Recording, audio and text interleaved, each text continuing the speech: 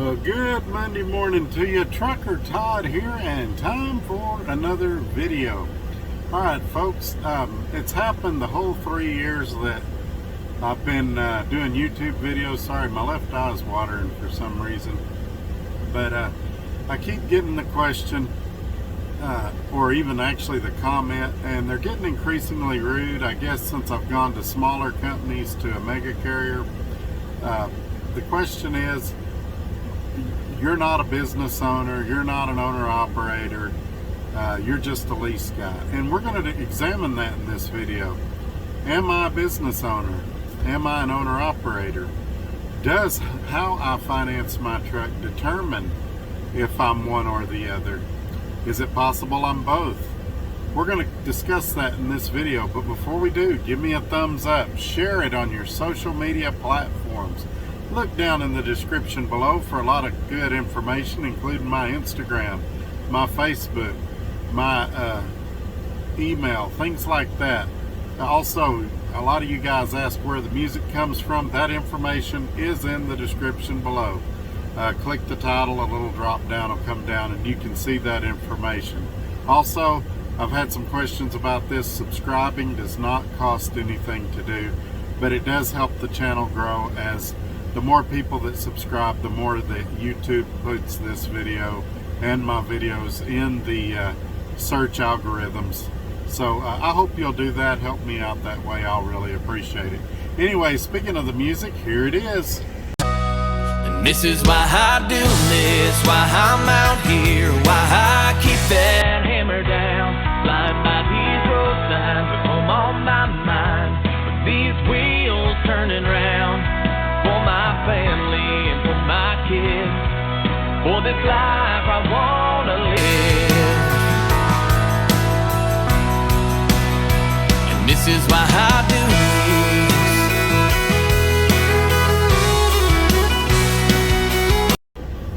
this. Alrighty, we're back. So, this question, I've wondered where it came from, and I was actually kind of surprised when I first got that question or comment, and I've even been guilty of it. You know, somebody will ask me, are you owner-operator? No, I'm lease purchase. And kind of hold your head down, shame. And I think there's several reasons for that. For one thing, at some companies, they treat you like a glorified company driver. And you don't really have any say-so in your business, per se.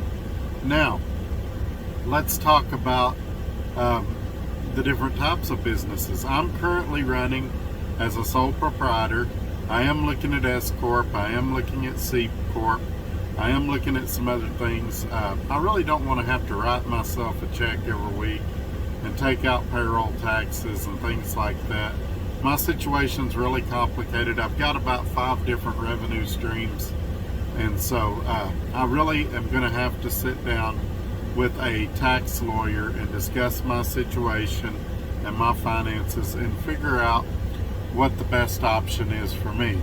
I would like to point out that all of those tax filings are your business, whether you like it or not. And I would even throw you 1099 guys in there that are running company trucks.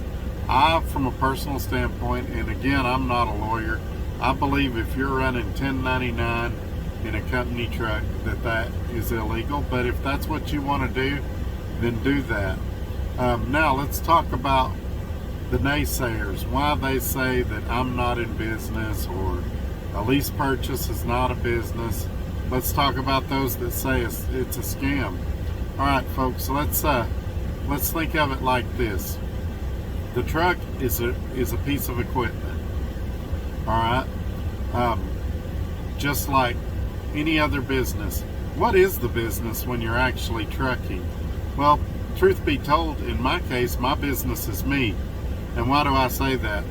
Well, because the truck can be replaced. Any other component of my business can be replaced. The company can be replaced that I'm leasing to. All of that can be replaced. The only thing that can't be replaced in this equation is me. And you say, well, yeah, Todd, you could be replaced. You could get another driver for your truck. You're right. But even in that case, I would have to oversee that driver. And you say, well, Todd, the company could replace you. They could fire you. They could release your truck. Again, that's the truck. That's not the business. That wouldn't prevent me from getting another truck and keep doing what I'm doing. So I would tell you that the business is me and not the truck. That the truck is just the tool / equipment I use to execute my business. Now, let's talk about the truck. Because evidently, there's a lot of guys out here with a low self-esteem. Who knows, maybe they're trying to overcompensate for other deficiencies in their life. But they feel like that they need to elevate themselves against other drivers. So they'll say stuff like, well, because your truck's leased, you're not a business. Folks, do you realize that many of the Walmarts you go to, the building is leased, the shelves are leased, the trash compactor's leased, all the equipment is leased. The freezers are oftentimes leased. Would anybody here dare to tell me that Walmart is not a business? Do you realize when you go eat at a restaurant later today, almost all the equipment in the kitchen is leased 9 times out of 10? Would you dare tell that restaurant owner that he's not a business? But yet, the method of financing that I use to finance my truck somehow prohibits me from being a business owner. Now, let's talk about financing.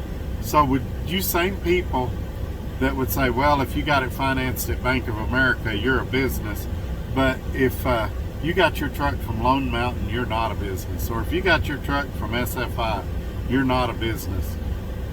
I just think it's funny how quick we are to put other people down. Twice now, I've had 2 company drivers call me telling me what a stupid thing I'm doing, and then come to find out they're not even owner-operators or lease operators. They're company drivers. Never even leased a truck, either one of them. Then they say, well, yeah, but I make such and such dollars amount. In both cases, because they both made relatively the same thing, my take-home was 3 times theirs a month, and they're telling me I'm getting ripped off. Now, don't mistake me here. Being a company driver is great for a lot of people in a lot of situations. And I would have probably remained a company driver had I not lived where I lived. And basically, I like being in control of the maintenance. I like deciding how things get fixed, because my experience when I was a company driver is a lot of companies would just fix things well enough to limp you along. And I like to fix it right the first time so I don't have to keep fixing it. And so I decided real early on that I wanted to be in charge of the maintenance, and I wanted to be the decision maker, where I ran, how I ran, things like that. And I do that, and I'll be honest with you, I had a ridiculous amount of freedom at Dark Transit, and I have even more freedom here at Swift. So if that gives you any idea, and I know that sounds crazy because we've all been programmed to believe that if you go to a mega carrier, you're going to be micromanaged. And that has not been the case here. Now, I'll be the first to admit, Swift has undergone some changes the last 2 years. I've been following them for a while, and I won't get into the reasons why they made those changes or anything like that, my opinions on that. But I'll just tell you that if you signed a lease purchase contract 2 or 3 years ago, odds are it's very different than the one I signed recently. And I'm still blown away, maybe I shouldn't be, by all the guys that haven't read their contract. Had a guy call me day before yesterday, and he was asking me what the maintenance schedules are on your truck. And I said, it's on the second to the last page of your contract. Have you not read your contract? Well, I've read parts of it. I said, no, you need to pull your truck over and read every line of that contract. I said, I've read it 3 times, and I get something new every time. I said, it's not that there's a gotcha in there. If anything, it's a real straightforward, easy to understand contract. But you need to know what it says. You need to know what an extra stop pay is if you do it. You need to know what the qualifications are for detention if you have it. You need to know all these things, when your maintenance is due, your oil changes, what the conditions are to buy the truck out at the end of the lease.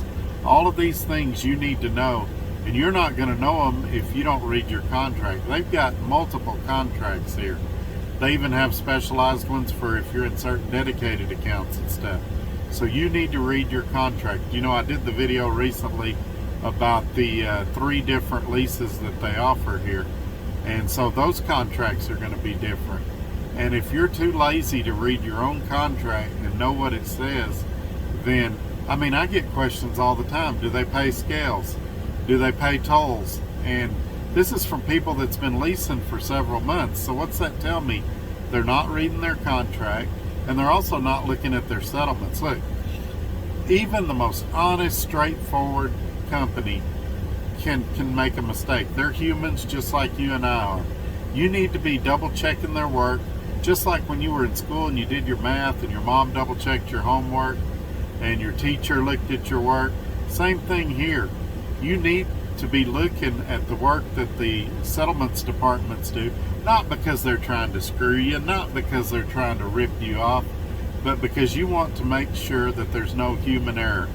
And the more eyes that look at it, the less likely there is to be a mistake. So, yes, I think I'm a business. I think I'm a very successful business. Do you make more money than me? Don't know, don't care, hope you do.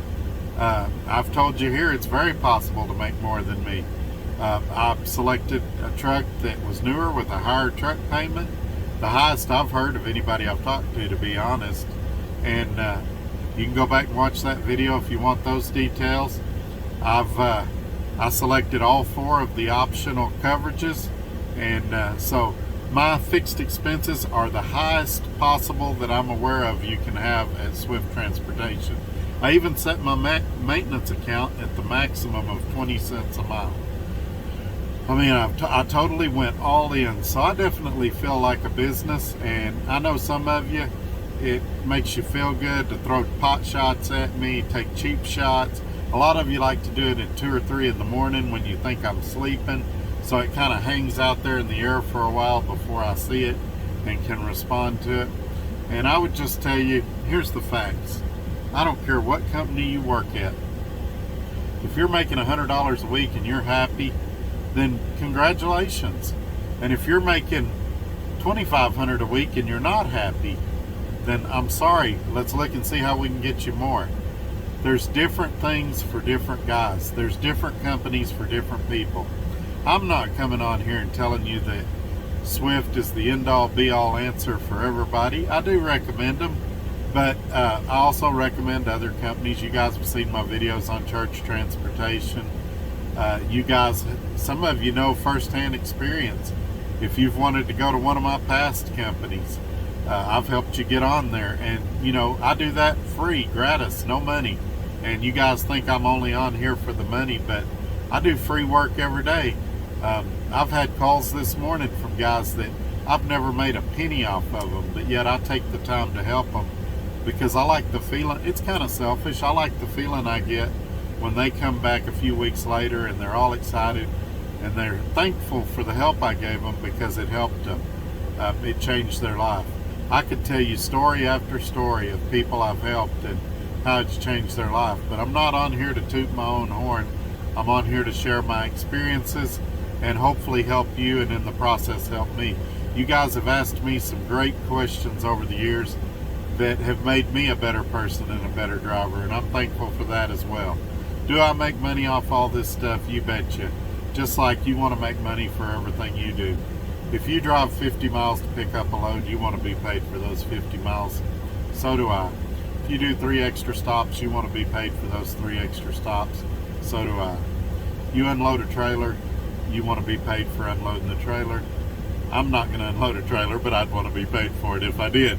All right, folks, I think I've ranted enough on that. I'm going to go ahead and wrap this video up. Y'all have a great Monday morning. I can't wait to share the Wednesday video with you. I'm doing a test on one of those Arctic air cooler things that Walmart sells that are like a mini air conditioner. I'm getting ready to test it out here in the truck for 8 hours and see if it would work it as an alternate to an APU. It's only about $40, so it's worth taking a look at. I'm at home right now, but that's the reason I'm in the truck while I'm at home. I'll be at home until probably Thursday morning. So, you guys still feel free to contact me if you need something. We'll see you later. Bye-bye.